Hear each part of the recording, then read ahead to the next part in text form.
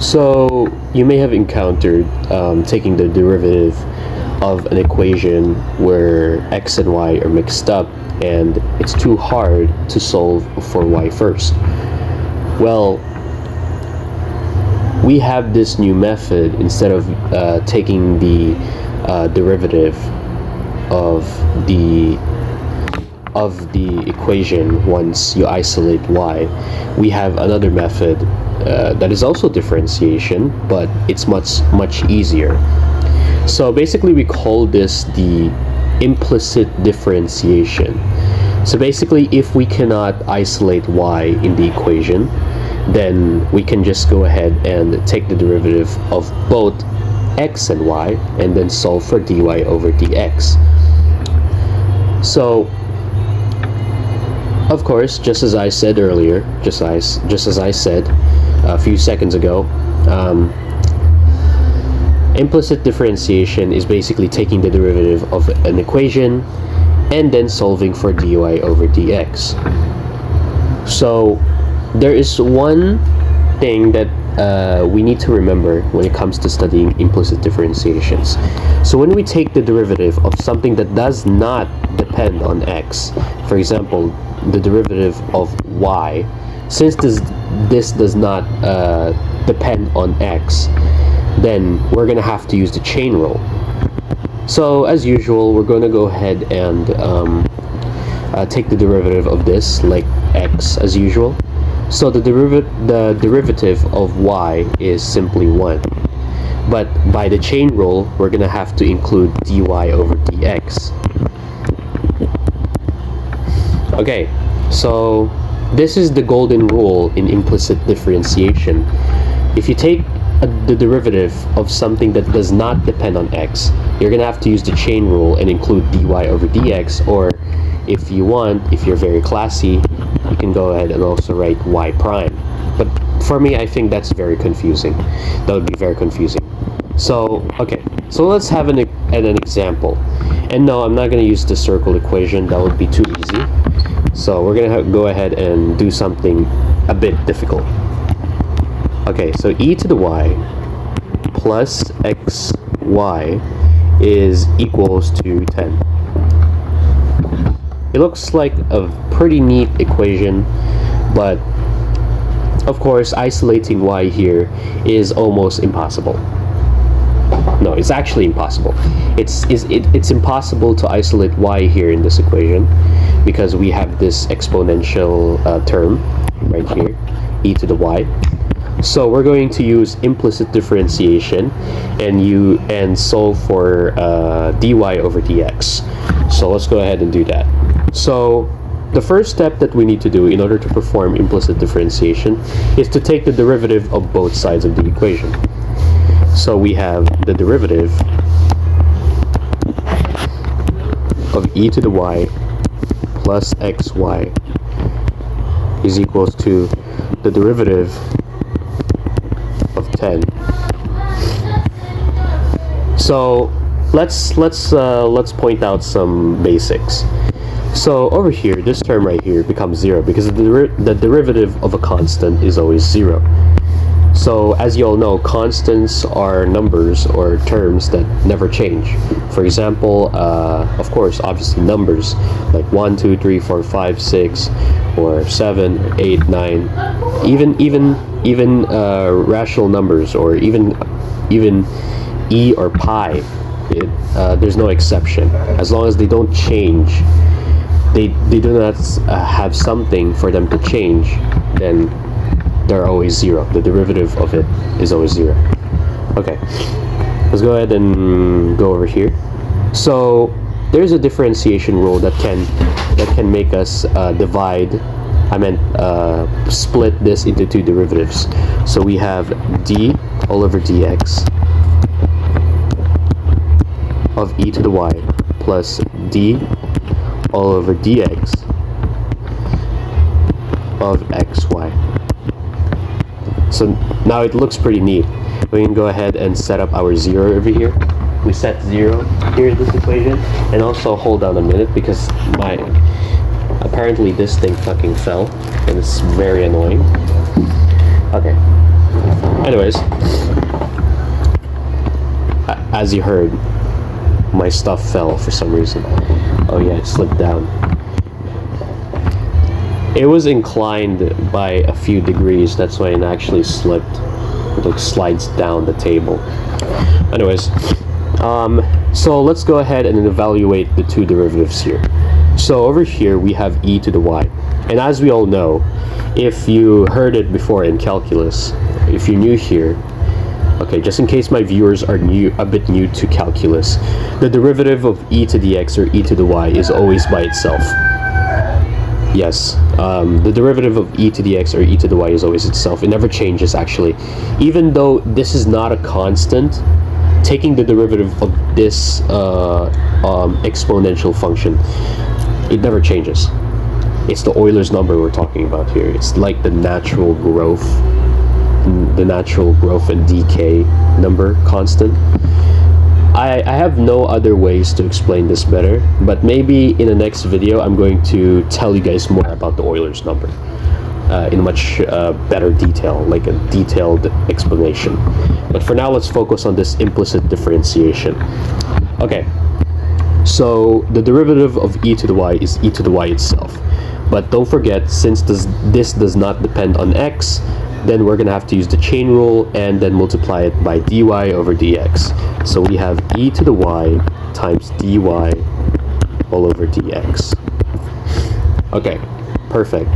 So now we can go ahead and move on to the next term, which is this one.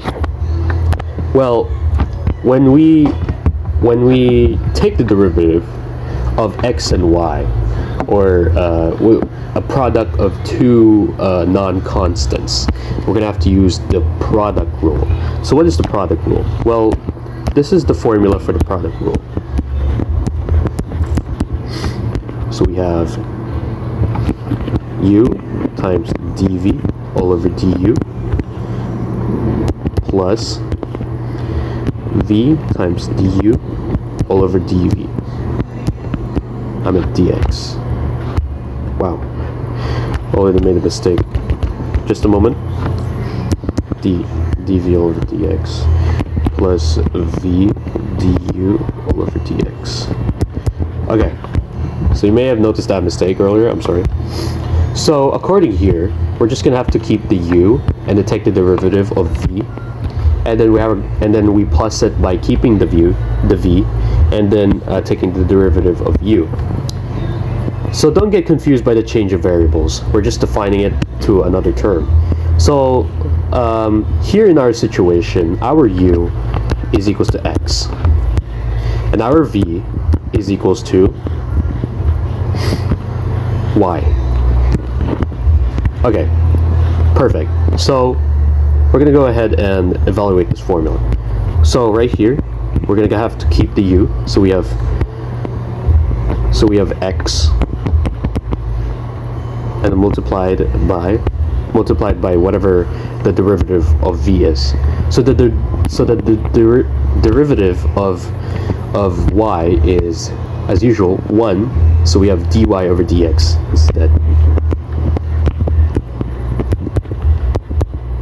Okay, next thing we need to evaluate. So we got v. So now we're gonna have to keep y here and take the derivative of u. So the derivative of x is simply 1. So this is now our final expression. Okay, nice. I think we can go ahead and flip this too. It shouldn't hurt. It shouldn't affect the result. Since multiplication and addition are commutative, however, this could change if the values of y is negative.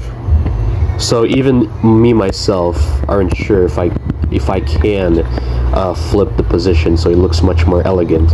But for now, we're gonna have to keep that and figure out another way to solve this implicit differential equation. So that's equals to 0. Okay, so we can go ahead and rewrite this. So we have e to the y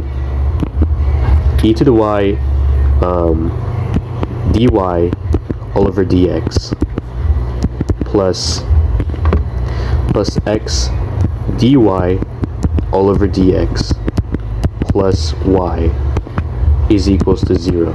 Perfect. Okay, so the next thing that we're going to have to do is minus both sides of the equation by y. So this cancels out. Since we know basic algebra already, you already know the objective. We're going to have to isolate this. We need to find an expression that is equals to this term right there. So let's go ahead and rewrite our new expression. So we have e to the y dy all over dx plus x dy all over dx is equals to negative y. Perfect. Okay, so now that the terms that have dy over dx has been grouped, we can go ahead and factor out dy over dx. So we have dy all over dx times the quantity of e to the y plus x. Okay, nice. So let's go ahead and equate that to negative y, because earlier we minus both sides of the equation by y. So now we have a very clean looking expression. So the next thing that we're going to do is divide both sides of the equation by this quantity right here. So divided by e to the y plus x. So this cancels out, and this remains, which is e to the y plus x. So therefore, by implicit differentiation, dy over dx is equals to negative y all over e to the y plus x.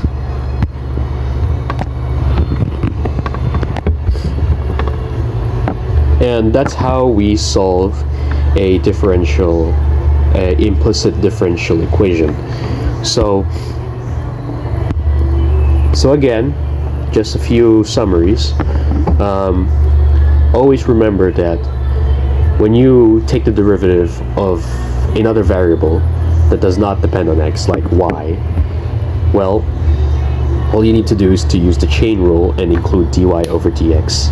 And then in implicit differentiation, we're going to have to solve for dy over dx. So thank you all for watching, and just an exercise in case you want to practice what you've learned. So I'm going to give you a question, and you're going to have to tell me the answer and the solution in the comments. So here we go. Y to the 5th plus 3y plus x is equals to 6, 7. Okay. Go ahead and solve this one, and then leave a solution in the comments.